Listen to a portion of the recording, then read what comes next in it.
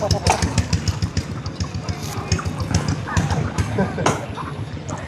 าพี่น้องเนาะทักทายสบายดีและสวัสดีกันยามบรรยากาศตอนแรงๆนะพี่น้องเด้อทักทายสบายดีเนาะเปิดภาพเปิดคลิปมาอีกบัดนี้เนาะบาลีมาอยู่เฮือนน้องพรพี่น้องเอ้ยเนาะเดกล้องไปทางเฮือนเก่าแล้วก็ถือว่าแปลนจึงปึ้งพี่น้องเอ้ยเขาเจ้าย้ายเฮือนเก่าไปเจนั่นแล้วสั่นเนาะคือสิมีการเปลี่ยนแปลงหรือจังใดอันนี้เพราะว่าเมื่อก่อนหันบริคุยกันว่าสิปลูกเขื่อนอยู่ฝั่งพุ่นแต่ว่าบัดนี้น่ะบัดคือเห็นย้ายไปฝั่งพุ่นก็ต้องได้ปลูกฝั่งพี่ที่บัดนี้เนาะพี่น้องเอ้ยเอาทักทายสบายดีกันยามบรรยากาศช่วงแรงๆบริเดินทางเข้ามาคนเดียวมื้อนี้ก็ได้เข้ามาหาทางน้องพรเพิ่นเนาะทีมงานเพิ่นก็ขี่รถจักรพากันขี่รถจักรมาพี่น้องเอ้ยเนาะเข้ามาช่วงแรงๆบริสิมาแจ้งข่าวน้องพรเพิ่นนั่นแหละพอดีมีทางพอใจดีเพิ่นฝากเงินมาเติมเนาะฝากเงินมาแจ้งสมทบน้องพรที่บริแจ้งไปเมื่อคืนนี่แหละ 2,000 บาทเนาะก็ถือว่าบริจะมาทำคลิปแล้วก็จะแจ้งให้ทางน้องเพิ่นขอบใจขอบบุญขอบคุณทางผู้ใหญ่ใจดีเพิ่นก่อนเนาะปะเดี๋ยวเข้าไปหาเพิ่นน้ำกันพี่น้องเอ้ยจ้ะบรรยากาศฝนตกแต่พี่น้องมืดลุยๆทางก็ได้เนาะอันนี้เครื่องกลางได้ลงไว้นี่แหละทางสร้างเพิ่นกำลังสิตีแบบไหวแล้วนี่เนาะพี่น้องเนาะเจ้าเจอตัวนี้มาหาพี่แล้วบ่ค่อยแทะกันได้ถ้ามาเจ้าสิเจอตัวนี้มาเฮานี้เลยก็ค่อยสิเอาไปนี่มาพี่เลยถ้าว่าสิเจอกินนี่ก็กินอันนี้ได้แนวนี่นะมันเอานี่เอาคักแน่ช่างเอ้ยเจ้าสิเจอตัวนี้มาเฮานี้เลยบ่หรือว่าเอาคันสิเจอสมมุติว่าเจอเป็นตัวอย่างเนาะท่านละพากินนะอันนี้เกี่ยวกับกรณีต่อบ่ต่อแล้วทำต่อนั่นเจอเดี๋ยวช่างเห็ดปากปลาสลามกันงามบ่เฮ็ดนี่เฮ็ดปากปลาสลามกันงามเด้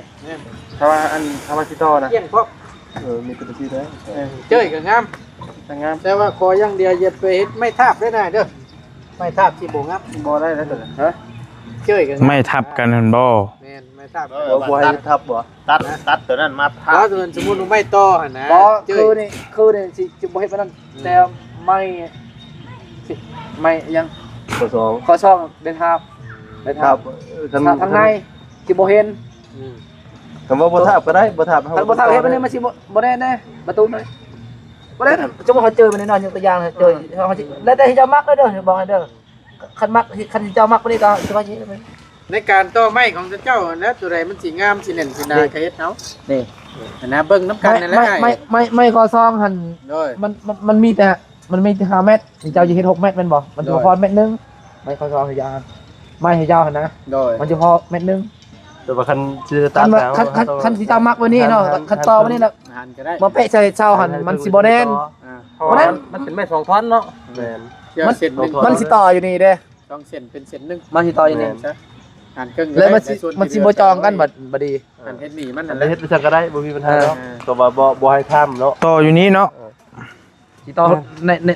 คันว่าเอาบ่ให้ทับก็เอาหัวจุกันอย่างละครึ่งบ่ครึ่งแล้วตัวนี้นะมันสิเน้นคือนี่นะแต่มันเน้นอยู่บ่ล่ะเน้นอยู่บ่บ่มันมี2เส้นเด้เด่นเส้นที่2สิบ่ได้ต่ออยู่นี่สิต่ออยู่ตรงนู้นทำไมต่อมันภาคที่มันสิบ่แน่นหรอวะคันมาต่อหม่องเดียวกับมันสิบ่แน่นแม่นเส้นที่2สิค่อยสิบ่ต่ออยู่บ่นี่สิต่ออยู่ตรงนู้นเด้อันนี้สิค่อยๆกันนี่เห็นบ่นี่เห็นบ่สิค่อยสิบ่ต่อสิบ่ต่อโดยสิต่อตรงนู้นง่ายก็สลับกันนะแบบตัวนี้เบื้องนี้สิบ่ได้ต่อเบื้องนี้นะสิต่อเบื้องนี้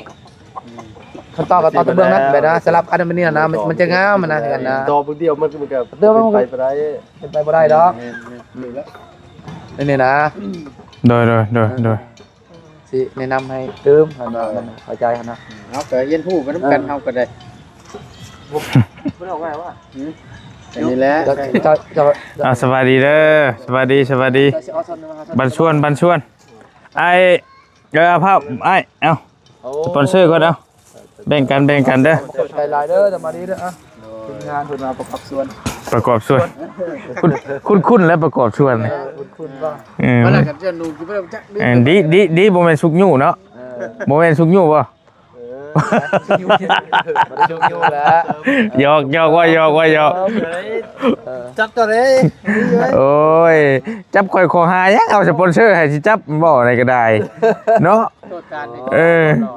กดมือนี่กดมาแล้วขาจำเท่าไหร่ เดี๋ยวเปิดข้างอ้อยที่เปิด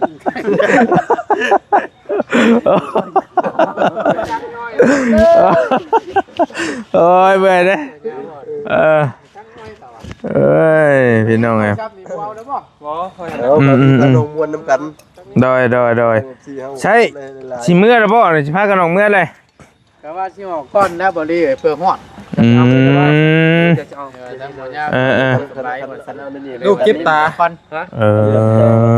เห็นไหมนี่ โอ้ยันบ่เชื่อบ่ มีราคา บ่ได้แล้วเนาะบ่ได้แล้วเนาะเฮ้ยถ้าว่าข่อยเอาก็สิเอามัน บ่รถขึ้นรถบ่ ค่อยคิดคิดตัวเจ้าหั่นนะ คันเอาขึ้นก็เอาขึ้นคันเดียว แล้วก็ค่อยคิดตัวยาว คันว่า2คันก็เปิดท้ายเอาได้อยู่ นี่บ่ได้ สิคล้ายๆพอค่ารถนี่แหละ ถ้ามึงจะให้เนาะตัดย่องมันกินเห็ด กำลังสิออกเมื่อเนาะ ปืนสิมานอนอีกนี่เนาะ มันยกเคลื่อนได้หรือบ่ซะได้มือในยามหรือบ่ เราว่ามันชุกเหรอ กันพ่นผ้าบ่ลงเนาะมันชุ่มจะได้เยอะ ปืนผลผ้าลงนี่ก็ยิ้วคือว่าเลย เดือนไปต่อเนาะ โดย เบิ่งตามพ่นผ้าอากาศนี่นะเฮาก็บ่แม่นเฮาบ่เป็นแตงเนาะเฮาก็ เป็น ธรรมชาติ เอาโมเมนต์กรมบุตุเนาะ อันคือได้ย้ายไปทั้งพุ่น เพิ่นน่ะมันยกง่าย เออ ลงซั่นซะ ก็สิเป็นแปลนตาอยู่เด้พี่น้องเอ้ยแล้วสิได้เฮ็ดเฮือนอยู่นี่บ่บัดนี้พังพี่บ่ นี่เด้บนเก่าเลยเนาะแทนบนเก่าแล้วเนาะ อื เพราะว่า ม มันจะเป็นดิน ดินอีกเจ้านึงตัวนี้ฮะ เป็นดินเป็นน้องที่ยังบ่ได้มีใบ โบ โฉนดที่ดิน สายไฟตัวนี้ ถ้ามันเกิดปัญหามานี่มันสินั้น ก็ได้อยู่ที่เอาหลังคาตู้หันก็ซั่นก็ได้ มีแต่เต่ง จุ น้ำม่วงนะ จุแม่นจุกงม่วงหัน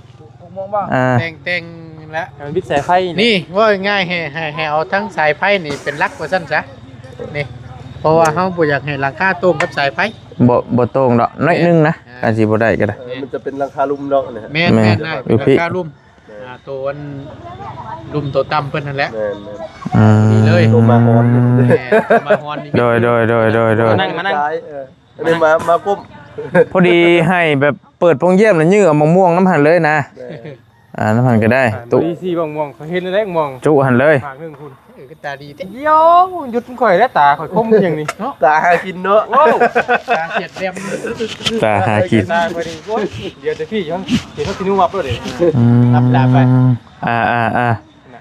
อันคือไวว่าบริทันบอกเจ้ากันยกเคลื่อนนี่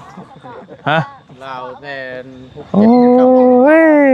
เจ็บ ย กับปกติเพิ่นบ่ดีเพราะว่ามันไป คล้ายๆลาวใต้เนาะ แม่นไปกับ สไตล์เดียวกัน นะ ดาวโยกเพื่อนนี่สิเอาให้เพิ่นคักๆอยู่ทันอยู่หรอก กับเพื่อนกับที่เช่าอีกแล้วเบิ่งชงเลยเบิ่งชงนี่เลย 7-8 โมง ป้า แล้ว สิบกลางแคบนอนอยู่นี่แล้วบ่ ลูกจะได้ยกแล้ว กลาง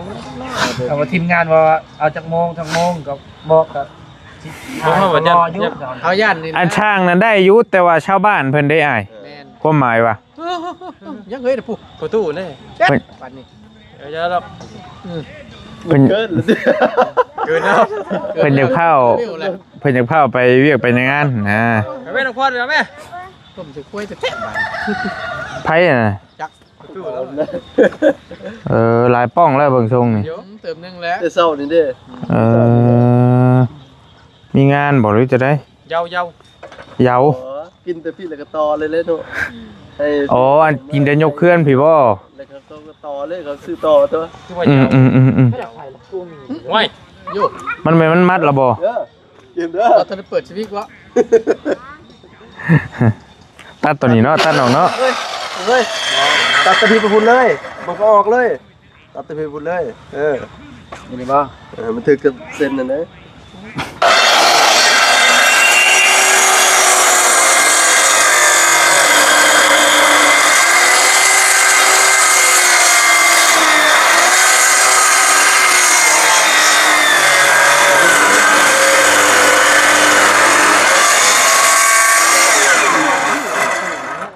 บ่เอาสปิต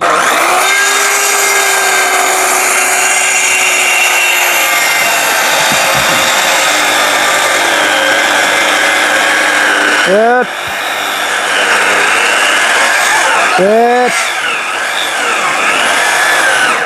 นี่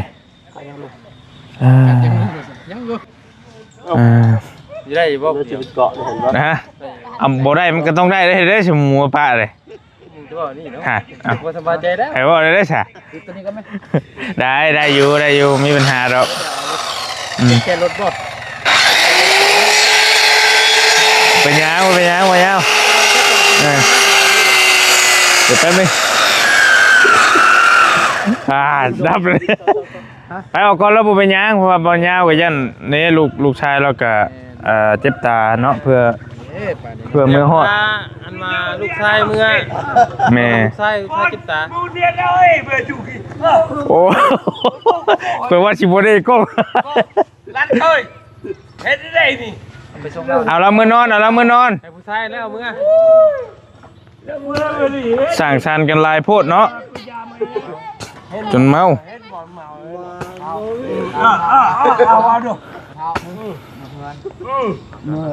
หามเลยป่ะ ลูกแม่ ลูกไปไหน เฮ้ยน่ะบ่ได้หามบ่หามเอาหามรถหามเอาไป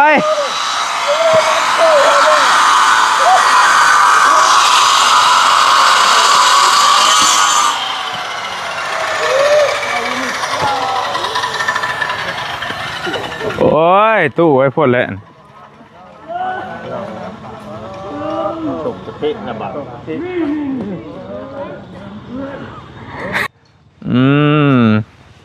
เคไปซะ เบ้ามี เอากันโชคดีเดินทางปลอดภัยเนาะ ไปน้ำสองมือนึงกะก็คือบ่พอใจกันนี่ โอ้กันสิประมาณนั่นแหละมาเบิ่งลูกก่อนพี่น้อง โดยเป็นยังจังเจ็บตานะเป็นยังถึกยังน่ะ ย่านแม่เพิ่นขับรถไปข้างนอกแล้วขี้ค่ายขี้พุ่นนะว่าดิ พุ่นแล้ว ยันป้าไปถึงเนี่ยมันลุกลาม โดยไปหาหื่นหาหมอแล้วเนาะไปใส่ยาก่อนเกือบบ่ยาวบ่น่ะกระทิมใช้ล้างรถหันก็ได้เป็นยัง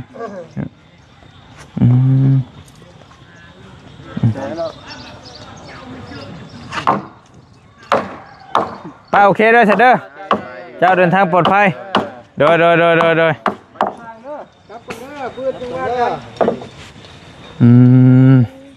บายดีล่ะ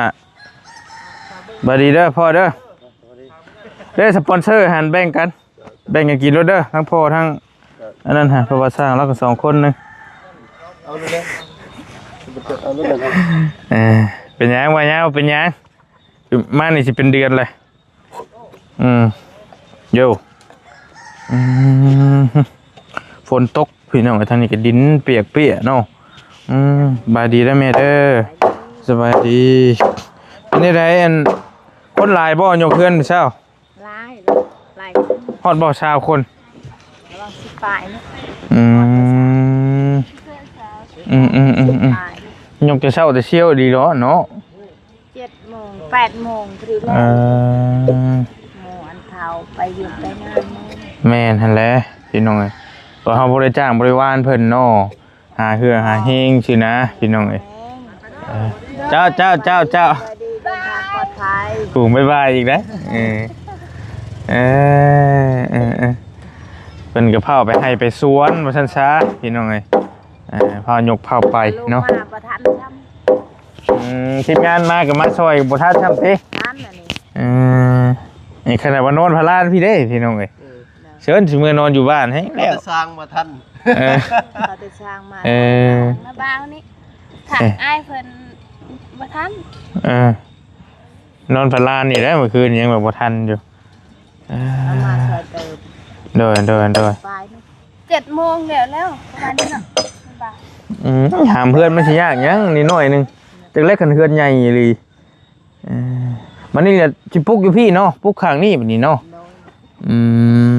ลูกว่ามันกว้างมัน สบายเลย อ่า เพิ่นน้อย ก็ได้อยู่ข้างใดก็ได้ก็บ่ต่างกันเพราะเท่าไรดอกพี่น้องเอ้ยข้างนี้มันก็คือว่าแล้วให้มันตุกงม่วงนี้ ได้บักหามันลูก เป็นซีนเอา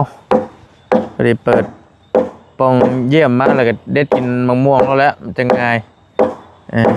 แต่ว่าให้มันนี่แหละพี่น้องให้มันวิทสายไพ่นี่แหละพอให้มันตรงสายไพ่แต่กับขนาดที่พอดีหลงเหมาะเจาะน้อยนึงนะเบื้องทรงก็ได้เพราะว่าทั้งพี่9 เม็ดเด้ยาวพี่เลยโอเคหามไปพุ่นแล้วก็สีโล่งๆนะเฮือนเราก็ได้เดินเราก็ได้พี่น้องขอท่าอยู่ขอท่าเอาสบายดีล่ะโอเคกินข้าวกินน้ำแล้วบ่ได้ยังสู่แขกสู่คนกินมาเช้า ปลาทางว่าตัวมันสิ ลาบป่าบ่หรือเฮ็ดจะได้กิน เป็นก้อย ก้อย เลย ก้อยกับลาบบ่คือกันบ่ ไม่เคยมันเห็ดตอนใหญ่ ก้อยตอนใหญ่ลาบตอนน้อยบ่ ๆเลย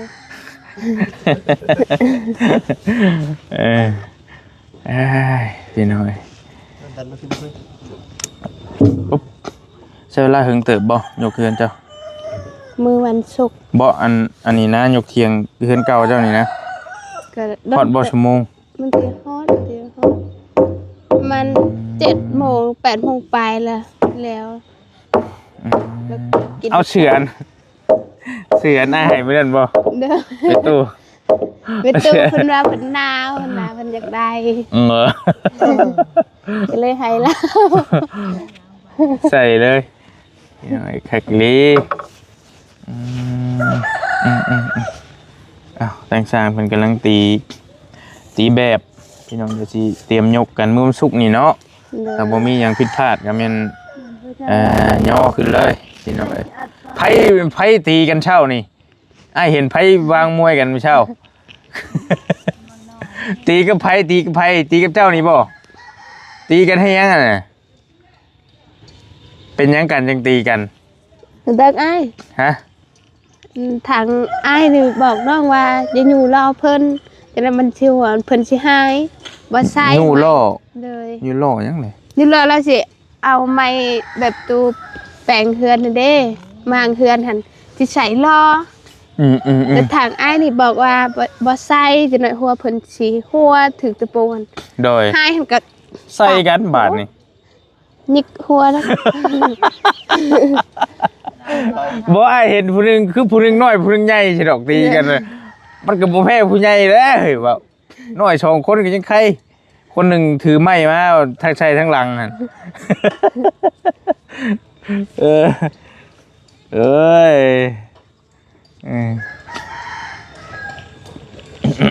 ก็อีกมื้อเบิ่งมันก็ได้มื้อนี้วันพุธมื้ออื่นพฤหัสมื้อเด้พี่น้องเนาะ เลย เตรียมยกเคลื่อนน้องเพิ่น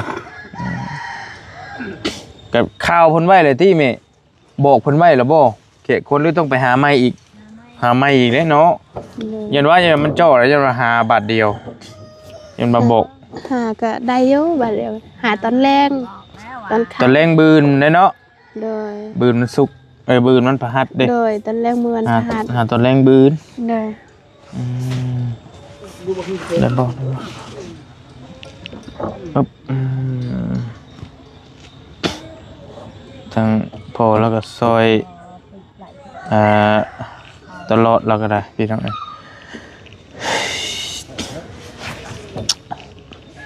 9 เม็ดทางแสงยาวแถวละ4 ต้นพี่น้องเนาะเพราะว่า12เด้อันนี้เราสิแม่นหม่องต่อเพิ่นเดี๋ยวจักหน่อยสิย่างไปเบิ่งพุ่นต่อเป็นเสียงแบบนี้เนาะ จะก็ได้มิดชีสิ เสียงออกเด้อ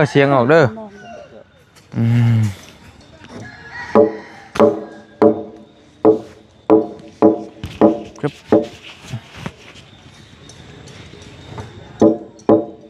บ่เสียงน้องพรนะมาพี่ล่ะมาพี่เจ้าเสียงน้ำคอเจ้าหั่นนะมาเสียงมาพี่ป๊าดโธ่พี่น้องเอ้ยแปดเติร์ดบาทที่นี่ อันนี้น้ำมอง เดี๋ยวบันไดเจ้าอยู่ใช้ตะกี้บันไดอยู่นี่เนาะ อยู่นี่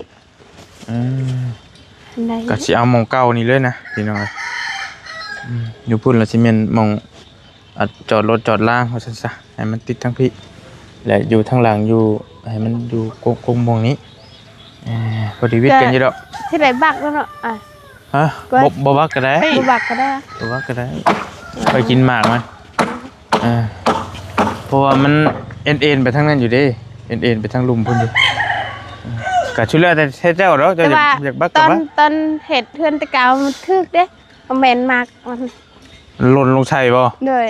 เฮาก็บักงามันพังพี่ก็ได้ เลย แต่ว่าก็แล้วแต่เจ้าอยากบักก็บักก็ชุดแล้วแต่เนาะบ่ เรา มี ก็ ปัญหา ถามว่าบักงามันที่ซื้อฮะไม่ได้บักกกมัน ยันว่าจะกินหมากมันหั่นแล้ว เลย เพราะว่ามันเอ็นลงพังพุ่นอยู่เด้ก็มันสิหักมาพี่มันก็คือสิบ่หักถึกดอกสีนเอางามันก็ได้หั่นสีนงาตัวทั้งนี้ เลย ตัดดอกโลดตัวนี้ เลย เป็นเติร์ดพี่น้องโอ้ยสักนี่ลีโลนี่เอาไม่ค้ำไว้เนาะ เลย แต่สั่นแล้วบ่อยู่ได้บางทรง เสเลยดิ เซ่เลยคือสิเซ่คือประตูที่นี่ได้บางทรงเมานะเป็นคนก็ได้ เอาไม่ค้ำไว้อีกกระถึกอยู่ตีไม่ไว้บ่พี่น้องเนาะก็ได้หามน้ำข้าเจ้าอยู่บ่เจ้าก็ได้ ห้ามกับน้องคนนั้นแต่ห้ามจับเรื่องนี้ถอยเพิ่นแน่ เพิ่นตัดบ่หรือเพิ่นขุดออก ตัด เลยแมันบ่ตัด เลยทางนอกก็ได้ขุดอันนั้นอันเด้แต่เอามันออกมัน ตัวมันลุบลงโอ้มีเลิกเดี๋ยวนี้นี่ เลย นี่พี่น้องตัวเพิ่นตัดตีนมันออกดิ เลย นี่ลีโลเขาท่าตัวนั้นแหละแม่นเฮือนโหนางเพิ่นเนาะเนาะ เลย ว่างแต่ว่านี่น่ะบ่ เลย ก็จนมุนพี่น้องอ้อยต้อยเลยไม่เป็นเฮาก็อยู่พี่กองเข่งอยู่ปุ๊งัวควายก็เซลล่ะพี่น้องมาแต่ให้แต่นาเนาะเดี๋ยวถ่ายจังหน่อยเด้องานมาเด้อ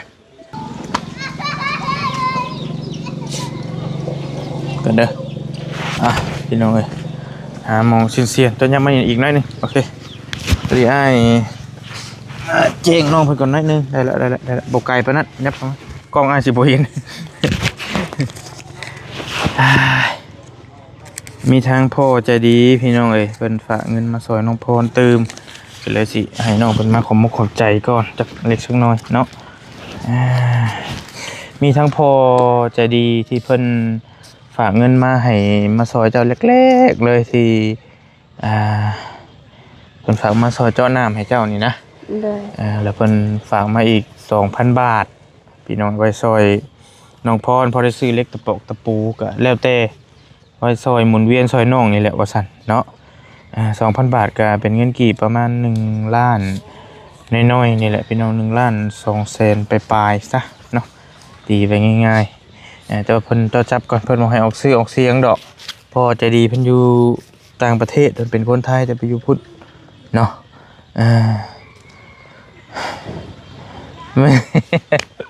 เดี๋ยวให้ตั้งสติก่อน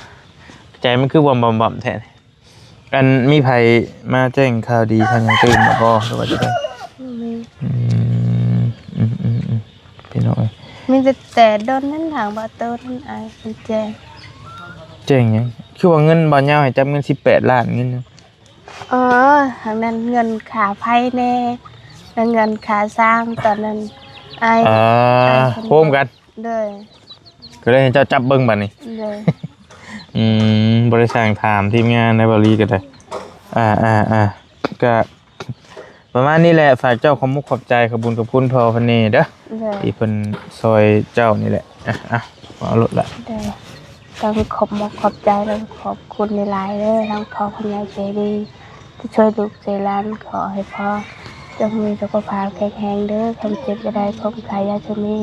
ปรารถนาสิ่งใดขอให้ได้สิ่งนั้นสมความดังหวังปรารถนาตัดใจเขาพบบ่เกลือตัดหน้าพบบ่เงินบ่ขาด ตอนรับขอได้เงินหมื่นตื่นมาให้ได้เงินแสนแวนคู่มือให้ได้แก้วมีโทษมาผ่านมาเดี๋ยวมาเบิดเด้อแต่นี้ต่อไปให้พ่อกับแม่คืนยังยองมาให้ยองจักเทียสาธุ สาธุเนาะกะเอาลงรถมันบ่เป็นหยังมาขอขึ้นไป เอาลงรถมือน่ะบ่เป็นหยังกะคือบริแจ้งไปหั่นแหละบริแจ้งไปน้ำคลิปในช่องสำรองบริเมื่อคืนคือตอนนี้หันเดือนน้องพรเดือนนี้ตอนแรกหันค่าสร้างนี่มันครบแล้วพี่น้องค่าสร้าง26ล้านและบัดนี้นะบริแบ่งออกไปซื้อไม้6เซนมื้อน่ะมันก็2ล้านเนาะตีไป2ล้านแล้วก็มันยังขาดอยู่2ล้านได้ค่าสร้างบริหักออกจากค่าสร้างแล้วมาซื้อไม้แล้วบัดนี้แหละพอเพิ่นฝากมาเติมอีกเนาะมาเติมใส่ก็ถ้าเฮาเก็บไว้เป็นค่าสร้างก็บัดนี้ราคาสร้างก็ยังเหลืออยู่ประมาณ800,000กีบเนาะก็ย่ามันพี่น้องก็ฟังไปเนาะค่าสร้างยังขาดอยู่800,000บาทเพราะว่าบริหักออกซื้อไม้แล้วเด้เนาะแต่ก็ยังบ่หลายยังเล็กน้อยเนาะแล้วก็มันตัวสิ่งสำคัญอีกก็คือวงกบที่เฮาจะต้องใส่ก่อนวงกบบานประตูแต่ว่าเอาวงกบนี่แหละก่อนเพราะให้เพิ่นตั้งแบบขึ้นวงกบแล้วก็เป็นหลังคาเนาะแล้วก็เป็นไม้สลาแล้วก็บานประตูประมาณนี้ที่มันยังขาดอยู่พี่น้องก็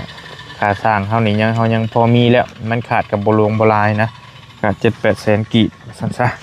พี่น้องก็ฟังไปนี่แหละฟังไปนํกันเนาะถ้าบ่มีหยังผิดพลาดถ้าบ่มีหยังเปลี่ยนแปลงก็ฝากพี่ฝากน้องติดตามรับชมมื้อวันศุกร์ที่จะมาฮอดนี้เป็นวันที่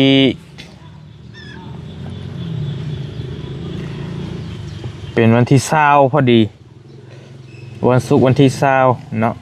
20มิถุนายนพี่น้องที่20มิถุนายน หน่อยถามว่าไกลว่าวันเกิดทางไอ้ยังบางเบายัง คือว่าวันที่27บ่พอเราเอา แม่ไกลแล้ว บ่ยังติเจ้าสิเฮ็ดหยังเจ้าสิเซอร์ไพรส์เราบ่เจ้าสิเป่าเค้กให้เราบ่หรือว่าจะได้ แขกทางซื้อ ปั้นขี้ดินก็ได้มาไม่เอาอะไรจะได้ เอามันบ่มีได้สิไปหาซื้อกันยากปั้นเป็นรูปแล้วเป่าบาดน้ำใจเลยจะได้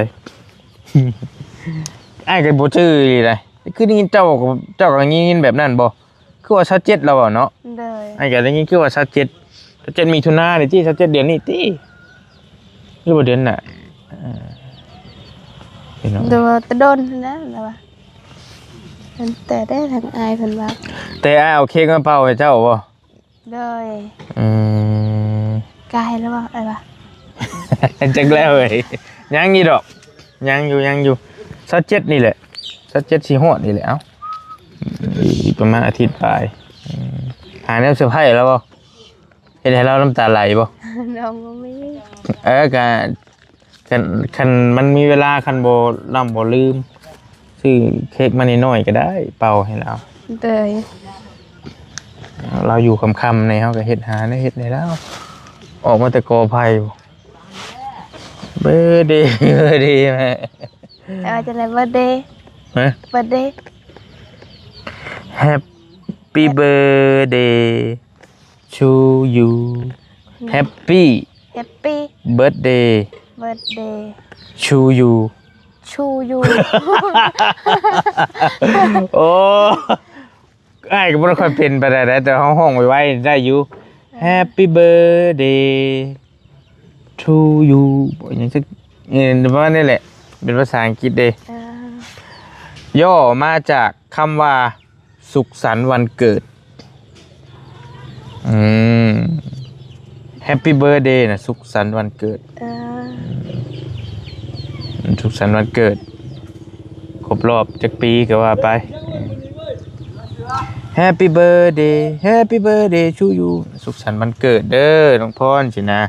ตามแปลมาเป็นภาษาลาวมาภาษาลาวหรือภาษาไทย อ้ายบ่ฮู้ปานใดดอกอ้ายก็บ่ได้เคยเป่าเค้กเป่าหยังจักเทื่อบ่ได้ต่างกับเจ้าดอกพี่น้องเอ้ย โอเคก็สิบ่มีหยังหลายประมาณนั่นแหละพี่น้องเด้อเรื่องเฮือนน้องพรเฮาก็เรื่องงบการสร้างนี่ก็ยังขาดอยู่วงกบขาดหลังคาขาดไม้โซล่าขาดบานประตูสั้นๆประมาณนี้เนาะพี่น้องเนาะส่วนการสร้างนี่ก็ขาดอีกอยู่ประมาณ 800,000 กีบแต่ว่าเรื่องยกเฮือนน้องนี่ประมาณศุกร์เด้อพี่น้องเด้อฝากติดตามมื้อฮื้อนี่แหละมื้อนี้ก็วันที่18แล้วเด้ฟังเบิ่งจักสิทันบ่ทันแล้วบ่รีก็ได้คันว่านอนพี่ก็เปอร์เซ็นต์สิทันนี่ก็สิหลายแน่คันเมื่อนอนบ้านก็ต้องตื่นแต่เช้าไปเลยตื่นแต่5 โมง 6 โมงพุ่นแล้วบางทรงขับรถมามันก็เป็น2 ชั่วโมงบ่ได้บึ้มมาเพื่อสิฮอดบ่ได้แม่นไกลๆเนาะแล้วก็จังว่ากันเนาะเอ้ามีแต่เพิ่นกำลังตีแบบอยู่แล้วก็บ่รีสิไปหาทางน้องเพิ่นพูดว่าน้องน้องไม่ใช่น้องกำพร้าแล้วจังว่ากันเอ้าอยู่ดีมีเฮงเด้อพี่น้องเด้อขอบใจหลายๆที่ช่วยน้องพอดเนาะบ่ว่าสิเป็นผู้ใหญ่ทางใดก็แล้วแต่เนาะผมขอบใจขอบบุญขอบคุณหลายๆให้เพิ่นอยู่ดีมีแห้งให้โชคให้มานให้ร่ำให้รวยเด้อเนาะให้สุขภาพเข้มแข็งเนาะไปทางใดมาทางใดก็มีแต่คนหักคนแพงให้เจ้าอยู่เย็นเป็นสุขสุขกายสุขใจเนาะร่ำได้รวยอย่าเจ็บอย่าจนอย่าขัดอย่าของเด้อสาธุเนาะฝากติดตามน้องพรในตอนต่อๆไปพี่น้องเนาะสิแล้วมื้อใดเฮือนซ่านน้องเพิ่นก็จังว่ากันบ๊ายบาย